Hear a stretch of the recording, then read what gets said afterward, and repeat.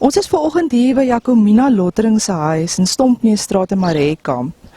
Sy het ons genader, sy voel sy praat namens van die gemeenskapslede en ek het ook hier vir Gert Du Plessis. Hy is 'n huiseienaar, een van die mense wat geskuif gaan word. Jacomina woon naby die ouens wat geskuif gaan word. Sy is basies 'n buurvrou.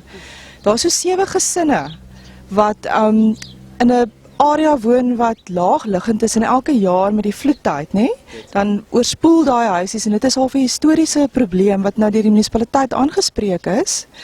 En daar's 7 van julle gesinne wat nou geskuif gaan word en daai huisies is hulle so besig om te bou. Maar daar's bekommernisse. So vertel vir ons, wat is jou grootste vrees? My grootste vrees is, ons het nou in die afgelope 3 maande gesien wat daar bo gebeur in die leehuise. Dat mense is geroof daar, mense is aangerand daar. Daar is selfs 'n verkrachtingssaak opgemaak in die huisies. Nou dis in ons selfde area as hierdie mense nou wat langs aan my bly, verskuif word na daai huise toe. My vrees is, wat gaan word van ons wat hier woon in Stompneusstraat? Dieselfde kriminele mense gaan maar so na die huis toe, dieselfde dade wil doen hierso. So jy sê is veilig in jou eie huis nou nie, wat is nog as die huise leeggemaak word in Lansan?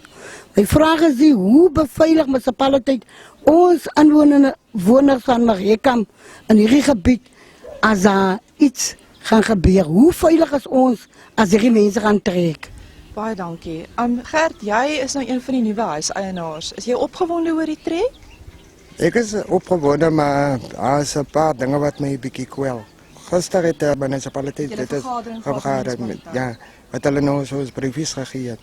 Die een het gesê hy het nog nooit so vandalisme gesien nie. Dit is die afbreek van die huisies, nê? Ja, wat my baie ontstel is hy deurloopbaar. Daar loop mense daagliks deur wat weg toe gaan of wat 'n kortpadjie.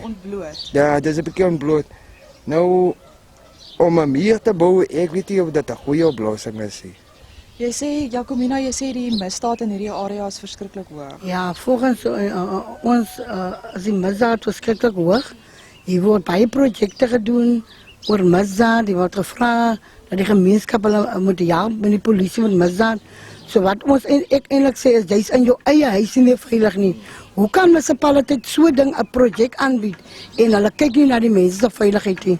Hulle kan nie ook die eienaars van die huise neem uit die omstandighede na 'n omstandighede toe nie.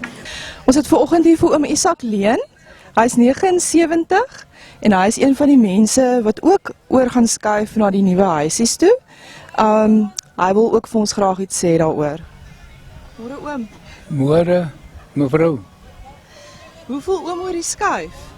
Mevrou, heeltemal ek is gelukkig oor hy skuif. Het oom bekommernisse of reken oom dit sal alright wees? Nee, dit sal alright wees. Ek is heeltemal tevrede. Van die ander inwoners is bietjie bekommerd oor die veiligheid daarbo by die nuwe huisies in Mainstraat. Voel oom is 'n kwessie of reken oom dit is maar dieselfde as hieronder? Dit sal maar dieselfde wees as daarbo hieronder. En hulle praat van einde Mei. Ja, die 3 sal einde Mei skuif. Is oom een van die 3 wat gaan skuif? Ja, mevrou, ek is een van hulle.